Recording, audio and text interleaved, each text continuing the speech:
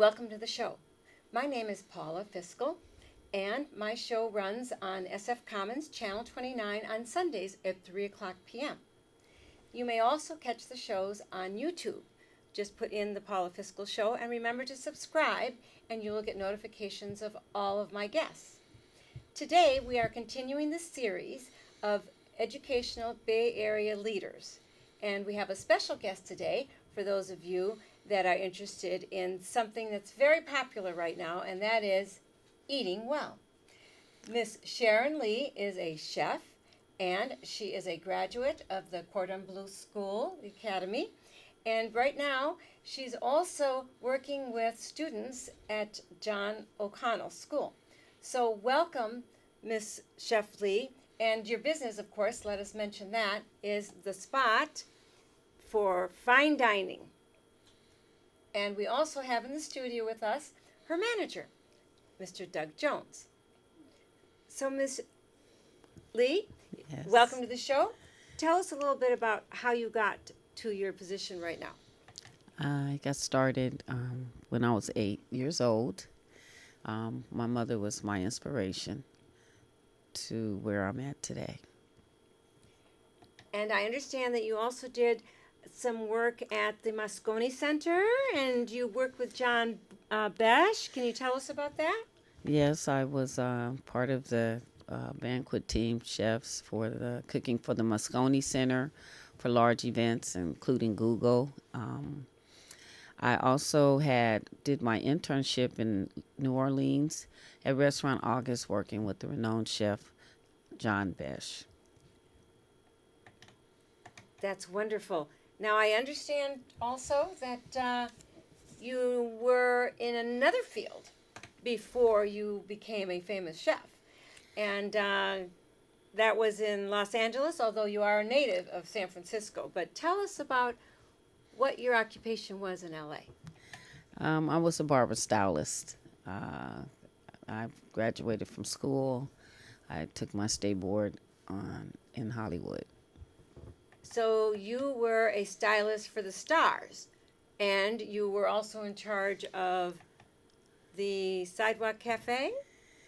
Yes, I also worked in San Francisco, and I started a sidewalk cafe in the Haight-Ashbury district. So you were cooking for the tourists that visit our Haight district, right? Yes. And what was the specialty there? We barbecue. We did barbecue and various soul food meals. Uh-huh.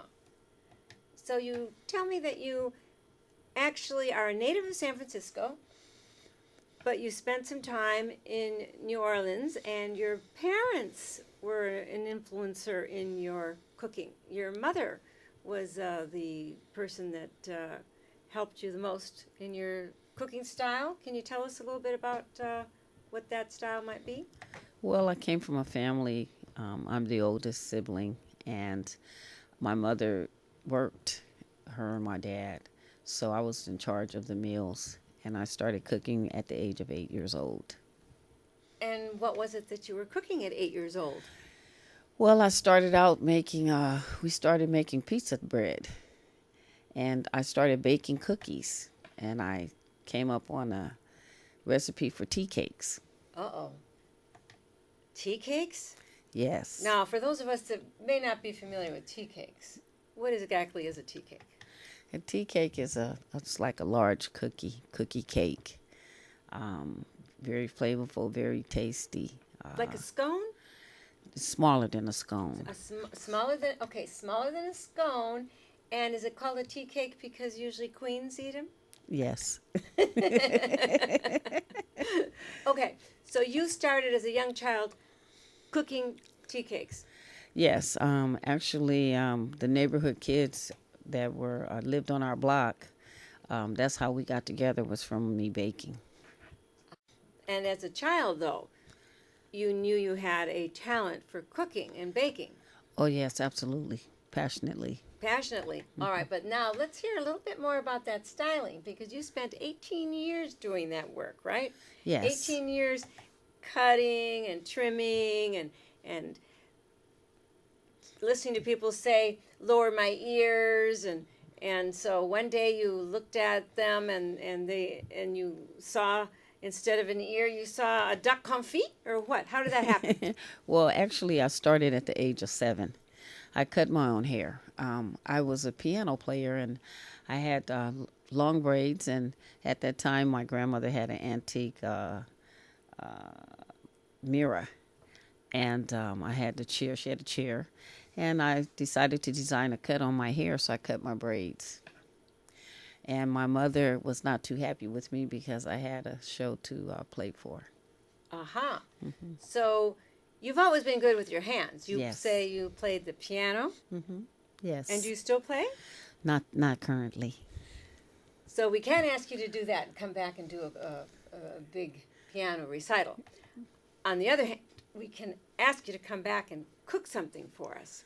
So what is your favorite event that you're doing right now?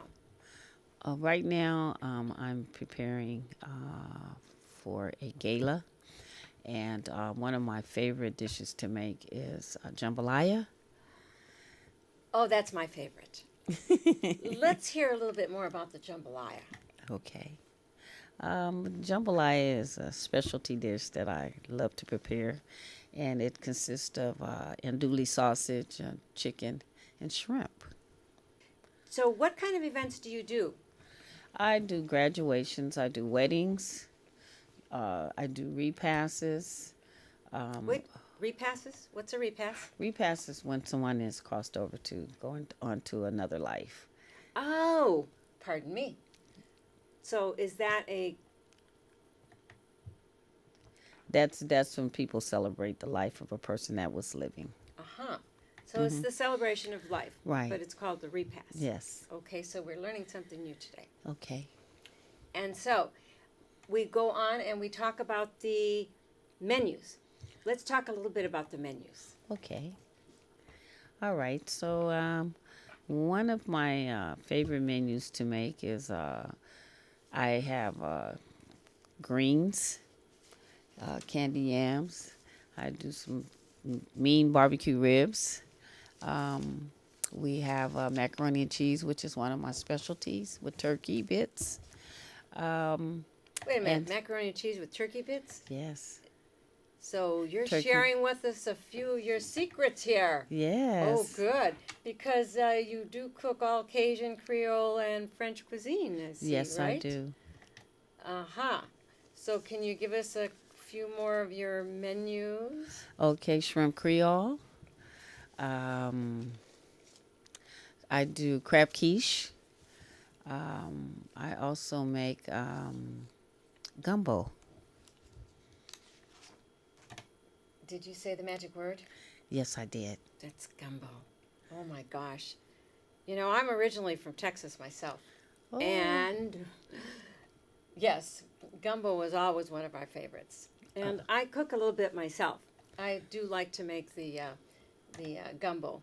But I want to hear what you put in your gumbo to make it extra special. Is there some kind of a secret herb or anything that you throw in there that you might want to share with the rest of us? Well, on special occasions, I add lobster. Oh, no, that's a special. All right. I was thinking maybe you were going to say saffron or cardamom or. Oh yeah, well, lobster makes everything special, doesn't it? Lobster always makes everything special. So let's talk a little bit about your classes, the classes that you hold at the John O'Connell Technology High School in the Mission. Tell us how many students you have in there. Okay, well, we had about 33 students per class. And what were their ages? They were high school students. All high school students. Mm-hmm. And how were they selected to be in your class? Was there a special process? And they chose to take cooking. So it was an elective. It was an elective. Yes. So did you have more men than you had women? I had 50-50. Half and half. Yes. Half and half. And how about our ethnic breakdown? It was very diverse. So we had a lot of We had all different nationalities. all different nationalities. Spanish, African American. I had Chinese. I had all. It was a very diverse program. And in this diverse program, then what was the goal as an elective for these young people? Was this to encourage them to pursue a career as a chef? It was to teach them life skills. And at that time, they would make a decision or a choice that they would want to become a chef and take it to the next level. And what kind of dishes then did you serve or did they make in the class? It varied. We had a contract with the principals of the inner city schools for 3 years, and we prepared healthy breakfasts for the principals. Healthy breakfasts for the principals? Meetings. Meetings? Yeah. Oh, I see. Okay, so the students didn't get to eat your food. The principals got to eat your food. No, the students ate daily. The principals ordered our catering by the students once a month. Oh, I see. I see. So that way the principals were able to taste the sampling that you were teaching them how to cook. Exactly. And was there something special that they always asked for? They were quite satisfied. One of the specialties were the different type of quiches that we made. Quiches are very popular in this area. That is for sure. Mm-hmm. So did you put some shrimp in that quiche?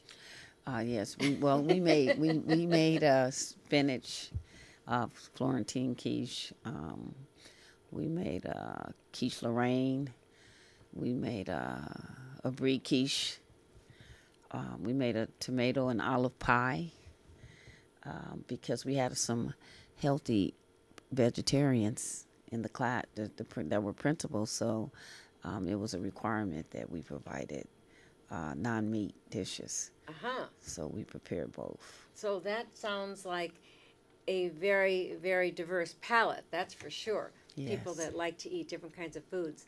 Now, when you do weddings in San Francisco here, what do you find is the most popular food that they request? They like, I would say salmon.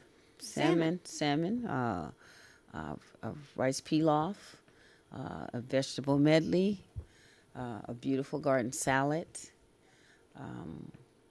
And then they like different type of appetizers past, I would say, the barbecued shrimp. I also make a crab stuffing that's called a crab ravigote that is served on a crostini. Just various different things that the bride and groom like or would like to select. Uh-huh. So now we're getting down to the brass tacks of the business. So you've been in the business now then for 15 years or so? I've been, since I became a chef, but I've been in the cooking business since I was 8. That's right. You've been cooking, but in between you did some styling and you worked in a barber shop. Yes, I did. So do you run into any of the people you used to do their hair? Yes, I see quite a few of them. And their children. That's great, especially in San Francisco. You always see everybody everywhere, right? That's right. You can't. There's no escaping in San Francisco. No, there isn't. So, where is it that your shop? Where do you operate out of your shop? For my cooking business, Right. Right now, I'm in the use of a kitchen at Mary Elizabeth's Inn. Uh-huh. And so, then most of the catering that you do is cooked in that kitchen, and then you move it out. Yes. And is there something unique to San Francisco that we particularly enjoy? I mean, is it the crostinis or? Oh, yes, that's one of the popular dishes. One of the dishes that I learned to make in New Orleans. It's not as popular here, but it's on the rise. What about the seafood? Is there a lot of requests for seafood here? It just depends on the various client because of the fact some people have allergies. Right. And that's everybody can't eat it. So, it just depends. Because we're quite popular for our crab things here in San Francisco. Yes. Especially during crab season. Oh, yes. The boats alone over there that come and go make you think that you need to eat more crab. So let's go on here to some of the other places that you worked and that you helped start or that you helped develop. Well, the Cliff House. At the Cliff House, I was a pantry chef there. I had just graduated from culinary school, and I moved on from there to the Beach Chalet. I can say that I did get a chance to go in and try the food, and it was very down to earth. It was not fancy or it wasn't too expensive. Of course, with the big view like that, right? Yes. Everything tastes better. Yes. So the big pile of French fries, I remember that. The big burgers. Yes. So it was then a learning experience for you every time that you went with another restaurant and another operation. And how was Moscone for you? Moscone was a very fun place to work, and a very much a big part of my learning process to prepare meals for thousands of people. It was a fast-paced setting, and working with master chefs was just great. And would you do the large banquets too, or yes? Yes, I would. And the large banquets, you serve 200, 300? No, they were thousands of people. Thousands of people. The largest banquet I worked on was for 7,500 people. That's a lot of people. That's a lot of, what was it? Was that a lot of chicken, or was that a lot of duck, or was that? No, they had short ribs. Short ribs. Oh boy. Now we're talking. Now we just had our Memorial Day holiday. Yes. Do you have your own barbecue sauce? Yes, I do. Well, how did I know to ask that question? Where is it? Where can I buy it? I haven't marketed yet, but I do have my own barbecue sauce. Okay, then. Now we have something. We have a special barbecue sauce that Miss Sharon Lee is about ready to market, or at least she's going to tell us a little bit about it. And she's going to tell us how we get to taste it. It's a ginger barbecue sauce. Mild, not too spicy. Okay. And when I'm invited back to this Paula show, I will have a tasting. Aha. Now you heard it here first. We're going to have a tasting. We're going to bring Miss Sharon Lee back, and she's going to bring things for us to taste, and we can comment on them like they do on the cooking shows. So once again, you are joining us, the Paula Fiscal Show. My special guest today is Sharon Lee, the chef of her own business and the owner. Are there any extra benefits that you want to talk about being a chef? Yes, I am currently in the process of producing a culinary program for youth coming soon for the ages of 7 to 17. It's a 10-week program for the youth to learn life skills and basic fundamentals of culinary arts. And how would someone apply to join this class? Right now, we are working on that part of having the youth apply online. So we're going to do an online application process. And is this going to be an elective? Will they get credit for it in school, or how will that This is an after-school program, all year around after-school program. Okay, so it's going to be an after-school program. And will you be managing 10, 15, 20, or 200? There's a total of 36 students. each group based on elementary, middle school, and high school. So I like to keep everybody in peer groups that are of age. Mm-hmm. And is there room for parents of the students or just the students? Oh, the parents can come too. Because I know that in San Francisco, a lot of people like to go to cooking classes, and we don't want to be left out. Oh, no. I wouldn't not leave the parents out at all. Or maybe you should have separate classes for us. Oh, that would not be a problem. That's great. So you've catered with the John O'Connell program. You've catered to over 100 events. You've catered for the San Francisco Unified School District, the San Francisco Friends of the Library. Let's talk a little bit about the types of parties that you do. I just recently have done a party for Floyd Trammell.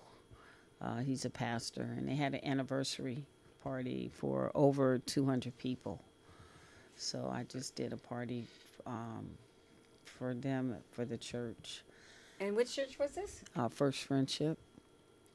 First Friendship Church, okay. First Friendship Institutional Baptist Church. All right. And did you do also a catering production for, say, Mother's Day that just passed? Or Memorial Day? What's the last holiday you worked on? The last holiday, well, I actually worked the holiday, but I cooked for incarcerated children. Oh, where were they? Youth Guidance Center. YGC, our famous YGC. Mm-hmm. How many students were in there? They have about right now, about 65. 65 of our kids incarcerated, but eating very well, I see. Yes. And was this for a special occasion, or is this a contract that you cook quite often for them? I cook quite often for them. Oh, that's wonderful. That gives them a bit of quality food. Yes. Coming out with anything else with the sauces, or just pure sauce? Well, one of the sauces that I like is the white barbecue sauce. White? Mm-hmm. Why is it white? Because it's a mayo base. I'm going to go on to the next menu item here. The lemon herb roasted turkey. Oh, that's a fun one. I make up a lemon base, and the turkey is injected. And it sets for 2 days. Oh. Mm-hmm. A 2-day Marination process. And then what about the spicy dirty rice? I want to hear what makes that dirty. Oh, Like the is that jalapeno. like a dirty martini? Yes, the jalapeno peppers. Ah. Yes. Okay, the jalapeno peppers. All right. And then we also have stuffed bell peppers with ground turkey. Any tips for us that make stuffed bell peppers and then nobody will eat them? No. Because that's what happens to mine. Oh. Okay, so tell me what you put in your stuffed peppers. I use a variety of fresh herbs, and I make my own seasonings. Oh, that's the trick. Your own seasonings. Yes. Well, being a Mexican American, I have a tendency to have all of my herbs. They have to have comino in them, and I have 3 different kinds of red pepper, which they're not always welcome in the regular foods. But I have something on your menu here called the duck confit. Can you tell us about that? Duck confit was one of the dishes that I learned to make in culinary school. And it's cooked with duck fat. Tell us a little bit more. It's cooked with duck fat, and it's baked in the oven under a high temperature. And the For how fat long? for about, I would say, an hour and a half. I see you whispering that. Hour and a half. for duck. Mm-hmm. Oh my goodness, it's just absolutely divine. See what else is here. Cajun deviled eggs, stuffed meatballs with sweet and sour sauce. Okay. Details. The Cajun deviled eggs are stuffed with crab or shrimp, made with a little taste of spicy cayenne pepper. And the Swedish meatballs are made with a cream sauce, What kind of cream? a tomato cream sauce that I create. Tomato cream sauce. Well, wouldn't you know it? Everything's got to have a little bit of cream. Well, you do cook French style and Cajun, so we have to have that cream. So do you have a preference over the creams that are available, or do you use fromage, or do you use buttermilk, or is there some special cream that you I like particularly working enjoy with using? Dairy Gold. Is that a brand? Yes. It's a Dairy Gold brand. Yes. So, if we don't have Dairy Gold, what would be the substitute? The manufacturer's cream. Manufacturers. Okay. Because I know that there are some lactose intolerant people. So would you be using soy product? I could. You could. You could substitute with soy milk. I can substitute. What about the new flax milk? I have not tasted it yet. I drink flax milk in my coffee. Oh, It's do pretty you? good. It's pretty Yes. good. Yeah. Okay. It's pretty good. Oh. It does. You cannot. It doesn't bubble nicely. It's not good for steamed coffee. Oh, okay. But it does taste pretty good, especially in mashed potatoes. It works in mashed potatoes. Oh, really? Yes. Okay. Okay, so we are wrapping up our session this time, and again, we want to thank Sharon Lee, owner of the Spot, for Fine Catering Services.